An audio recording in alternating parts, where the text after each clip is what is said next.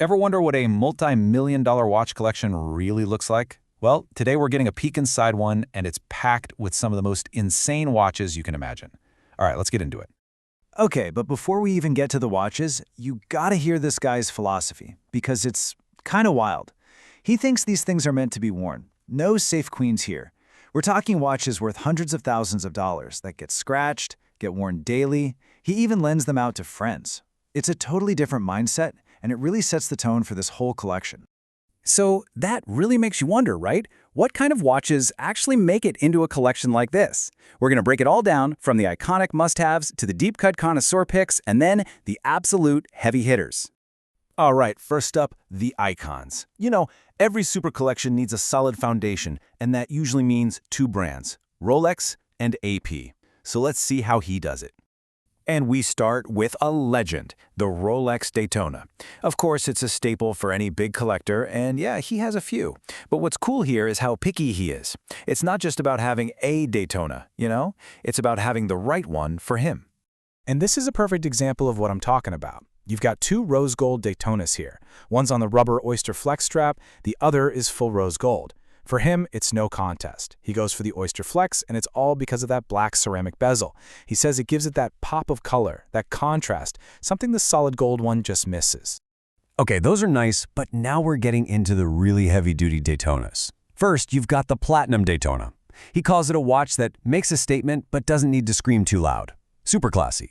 But then there's the Meteorite Daytona. I mean, come on, the dial is an actual slice of a meteorite. He said it was extremely difficult to get, and he even passed on other watches just waiting for this one. That's dedication. So, from Rolex, we move to the other icon, Audemars Piguet. Now, he's got a few APs, but the one he really loves is the Royal Oak Jumbo. And the reason why is something we're going to see over and over. It's all about that thin profile. He loves how it sits so flat and clean on the wrist. It's this mix of a really bold look with something that's just super elegant to wear. All right, so Rolex and AP, everyone knows those names, right? But this is where you start to see the difference between someone who just likes nice watches and a real collector. It's about going for the brands that aren't quite so obvious, the ones that fly under the radar a bit. And that brings us to Vacheron Constantin. He has this theory. If you spot a Vacheron on someone's wrist, you're probably looking at a more serious collector. And you can see why with his overseas model. It's got this absolutely mesmerizing blue dial, plus this super handy system for swapping out the bracelet and strap. It's the whole package, top-tier watchmaking that you can actually wear every day. So what do we mean by a connoisseur brand? Well, think about it like this. Everybody and their brother knows Rolex. But a brand like Vacheron, that's for the people who are really into watches. They appreciate the insane history, the craftsmanship, the complexity. It's like a secret handshake for watch nerds. Okay, so we've covered the icons and the connoisseur's choice. Now, it's time for the heavy hitters. We're talking about the absolute top of the pyramid. The watches that are just on another level when it comes to complexity, price, and just pure watchmaking genius. And you just can't talk about heavy hitters these days without bringing up Richard Mille. I mean, these watches are basically science experiments for the wrist, pushing the limits of what's possible. But the craziest part, he wears his on a Velcro strap. Yeah, a Velcro strap. That contrast right there, that's the whole story of Richard Mille. Let's just pause on that. A $300,000 watch on Velcro. It's wild. But for him, that's exactly the point of the brand. It's supposed to be super light, super comfortable, and it's a reminder not to take any of this stuff too seriously, even when the price is, astronomical. Okay, so from hypermodern tech, we're doing a complete 180 to timeless classic art. The next big one is a Patek Philippe. And this isn't just any world time. The dial itself is a masterpiece of enameling, which is an incredibly difficult craft.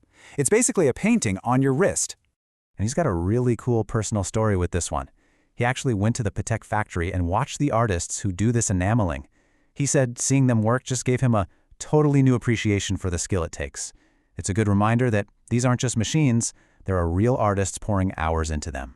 But the Patek journey isn't over, not by a long shot. Next up is the Nautilus 5740, and this, he says, is the most complicated Nautilus ever made. For people who collect Pateks, this is a true grail watch. So, complicated. What does that actually mean? Well, it's got a perpetual calendar, which means it tracks the date, the day, the month, even leap years, all automatically, plus a moon phase. and it crams all of that into this slim, white gold Nautilus case. And there it is again, that ultra-thin profile that he loves so much. It's a technical powerhouse, but still incredibly elegant. Wow. Okay, we've seen some seriously amazing watches, but in a collection this big, there are always a couple that just get worn more than the others. You know, the current favorites. So let's find out what's getting the most wrist time these days. For his go-to dress watch, it's this, the Patek Philippe Celestial. And honestly, it's just mind-blowing. This is so much more than a watch. It's literally a tiny mechanical planetarium you wear on your wrist. It doesn't just tell you the time of day, it shows you the stars. He calls the complication insane, and he's not wrong. This 44mm beast accurately shows you the night sky, the constellations, the stars, all moving in real time as they would above you. I mean, that's a true collector's piece right there. Absolutely incredible. But here's the ultimate question, right? If you could only have one, just one watch for the rest of your life, what would it be? For him, it's not the starry Celestial. It's this one, the Patek Philippe 5712R.